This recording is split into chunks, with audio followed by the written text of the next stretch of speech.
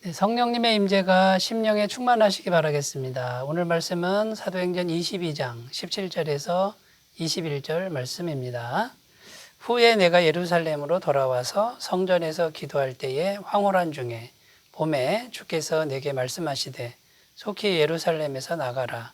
그들은 내가 내게 대하여 증언하는 말을 듣지 아니하리라 하시거늘 내가 말하기를 주님 내가 주를 믿는 사람들을 가두고 또 각 회당에서 때리고 또 주의 증인 스데반이 피를 흘릴 때에 내가 곁에 서서 찬성하고 그 죽이는 사람들의 옷을 지킨 줄 그들도 아나이다.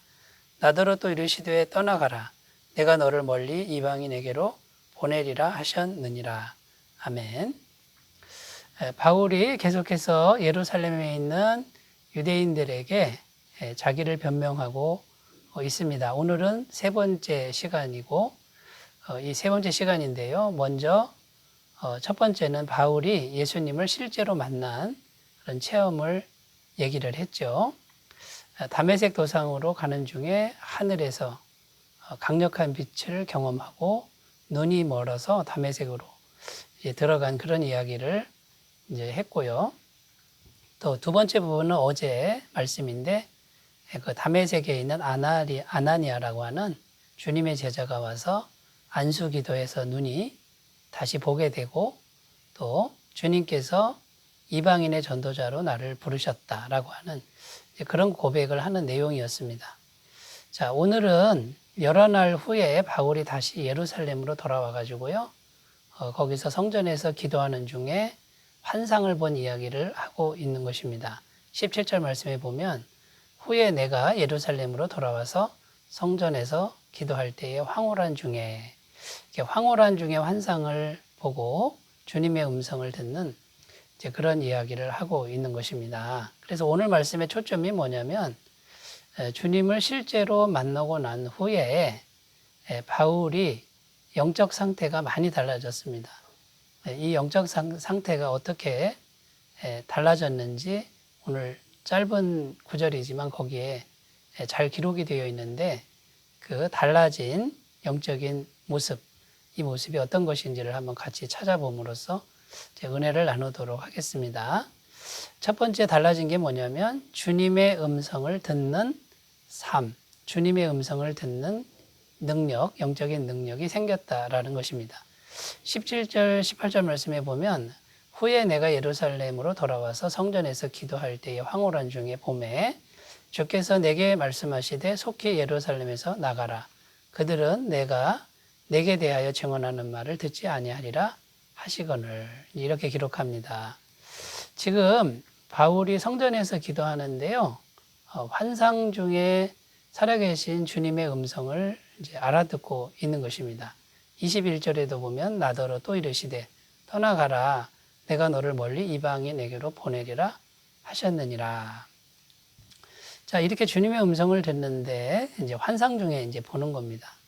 여러분, 이것은 우리 육신의 귀로 듣는 음성이 아닌 것이지요. 이거는 영으로 듣는 것이고 마음으로 듣는 것이라고 할 수 있습니다.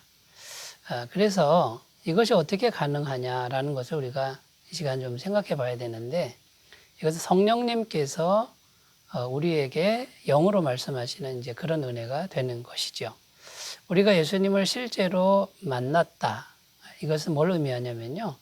예수님의 십자가 보혈로 완벽한 죄사함을 받았다라는 것이 됩니다. 그래서 우리가 죄사함을 받으면 구원을 받는데 그 증표로서 성령님이 우리 안에 임하신다라는 것입니다. 그리고 성령께서 우리 안에 영원토록 내주하신다고 성경은 약속하고 있는 것입니다. 고린도전서 3장 16절에 보면요.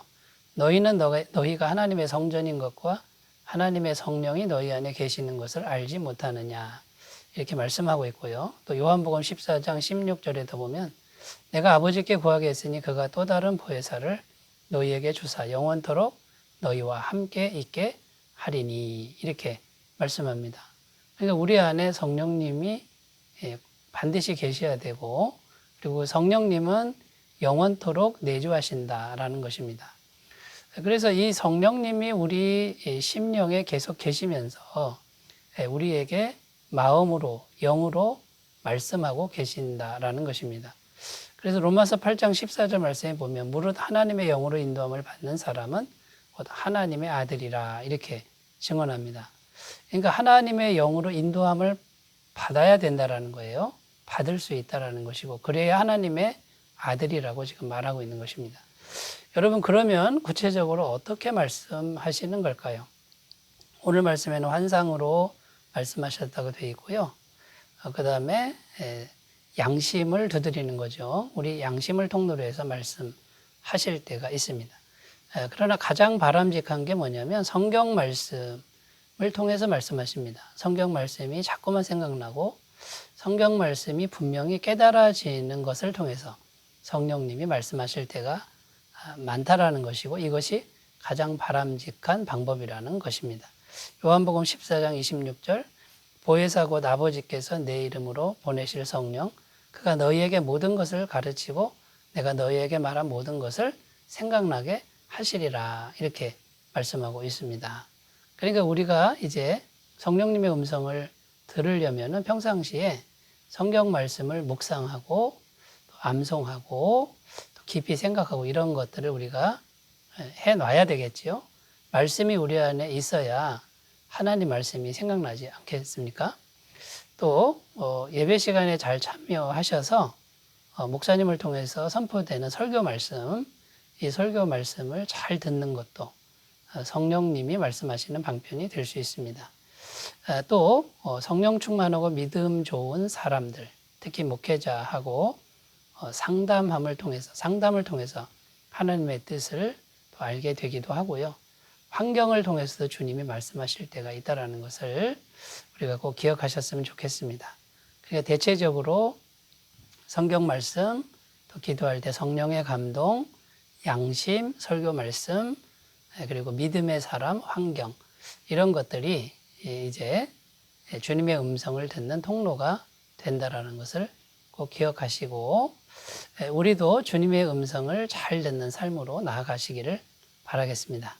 자, 두 번째 주님을 만나서 변화된 그 영적인 변화. 두 번째는요, 건강한 선민의식으로의 변화라는 것입니다.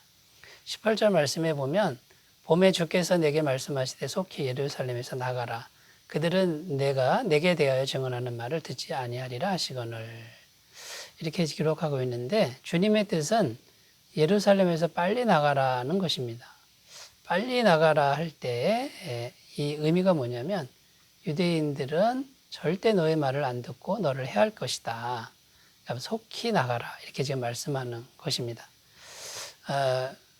그래서 바울이 이제 주님께 이렇게 말합니다. 주님, 내가 주를 믿는 사람들을 가두고 또 각 회당에서 때리고 또 주의 종인 스데반이 피를 흘릴 때 내가 곁에 서서 찬성하고 그 죽이는 사람들의 옷을 지킨 줄 그들도 알고 있습니다. 내 말을 듣지 않겠습니까? 이런 뜻입니다. 그런데도 주님은 아니다. 속히 나가라 라고 말씀하고 있는 것입니다. 여러분, 왜 이렇게 유대인들은 이 바울의 말을 절대 듣지 않는 것일까요? 그 가장 중요한 이유가 뭐냐면 선민의식이라는 겁니다. 그릇된 선민의식이고 아주 지독한 선민의식인데 유대인들은요, 이 선민의식이 어떻게 되어 있냐면 자기들만 구원이 있다라는 것이고 이방 사람들은 구원이 없고 더럽다라는 것입니다. 그래서 이방인들과는 상종을 하면 안 된다. 이것이 그릇된 선민의식이었다라는 것이죠. 그런데 이제 바울은요, 건강한 선민의식을 가지게 되었다라는 것입니다. 여러분, 건강한 선민의식이라는 게 뭡니까? 건강한 선민의식은 이방인들과 단절하는 게 아닙니다. 이방인들을 이제 품는 것인데, 물론 유대인들이 먼저 하나님의 선민으로 선택된 것은 맞습니다. 그러니까 유대인들이 먼저 복을 받는 것이죠. 구원의 은혜를 받는 것이죠. 자기들만 가지고 있는 게 아니고 세상의 모든 족속에게 이 하나님의 은혜와 복을 흘러가게 하는 것이 건강한 선민의식이라는 것입니다. 그러니까 건강한 선민의식은 내가 먼저 복이 되고 그리고 하나님의 은혜를 받아서 이방인들, 좀 더러운 사람들이지만 그들에게 구원을 전하고 축복을 전하는 통로가 되는 것이 건강한 선민 의식이라는 거죠. 창세기 12장 2절 3절 아브라함에게 주신 말씀인데요. 내가 너로 큰 민족을 이루고 내게 복을 주어 내 이름을 창대하게 하리니 너는 복이 될지라. 너를 축복하는 자에게는 내가 복을 내리고 너를 저주하는 자에게는 내가 저주하리니 땅의 모든 족속이 너로 말미암아 복을 얻을 것이라 하신지라. 여기 보면 아브라함이 먼저 복이 되었고 또 아브라함 때문에 땅의 모든 족속이 복을 받게 되는 이것이 하나님의 마음이라는 것입니다. 골로새서 1장 27절 하나님이 그들로 하여금 이 비밀의 영광이 이방인 가운데 얼마나 풍성한지를 알게 하려 하심이라. 이 비밀은 너희 안에 계신 그리스도니 영광의 소망이니라. 여기 보면 이방인에게 그리스도의 풍성을 전하는 것이 하나님의 뜻이라고 말씀하고 있는 것입니다. 여러분, 우리는 이미 그리스도 안에서 복이 된 것을 알고 있습니까? 또 복의 통로로 살아가고 있습니까? 돌아보시기 바라겠습니다. 세 번째, 주님을 만나서 영적인 변화, 다른 사람의 미움을 받아들이는 삶을 기꺼이 산다라는 것이죠. 18절, 봄에 주께서 내게 말씀하시되 속히 예루살렘에서 나가라. 그들은 내가 내게 대하여 증언하는 말을 듣지 아니하리라. 이렇게 기록하죠. 속히 나가라 하는 건 위험하다 이런 뜻이죠. 너를 미워할 것이다 라는 겁니다.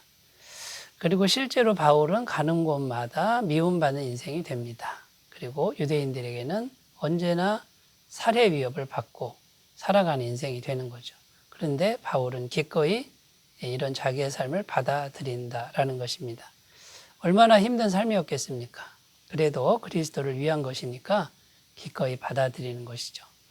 여러분, 복음 전도자 예수님의 증인은 첫째로 미움받는 것을 기꺼이 받아들이는 삶을 각오하는 것이고요. 그래도 그 사람을 미워하거나 원수 맺는 것은 아니라는 것이죠.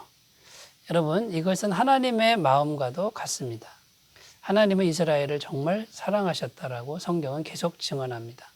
호세아 9장 10절 옛적에 내가 이스라엘을 만나기를 광야에서 포도를 만남같이 하였으며 너희 조상들을 보기를 무화과 나무에서 처음 맺힌 첫 열매를 봄같이 하였거늘. 사막에서 포도를 만났으니 얼마나 기쁩니까? 그렇게 기뻐했고 아모스 3장 2절 내가 땅의 모든 족속 가운데 너희만 알았다. 너희만 알았다. 너만 봤다. 이렇게 사랑했다라는 거예요. 그런데 하나님께서 어떻게 하셨습니까? 이스라엘이 복음을 거부하자 이제 하나님이 돌아서십니다. 호세아 5장 6절 그들이 양떼와 소떼를 끌고 여호와를 찾으러 갈지라도 만나지 못할 것은 이미 그들에게서 떠나셨습니다. 이렇게 말하고 있고요. 아모스 8장 11절 12절 주 여호와의 말씀이니라 보라 날이 이를지라 내가 기근을 땅에 보내리니 양식이 없어 주림이 아니며 물이 없어 가람이 아니요 여호와의 말씀을 듣지 못한 기갈이라.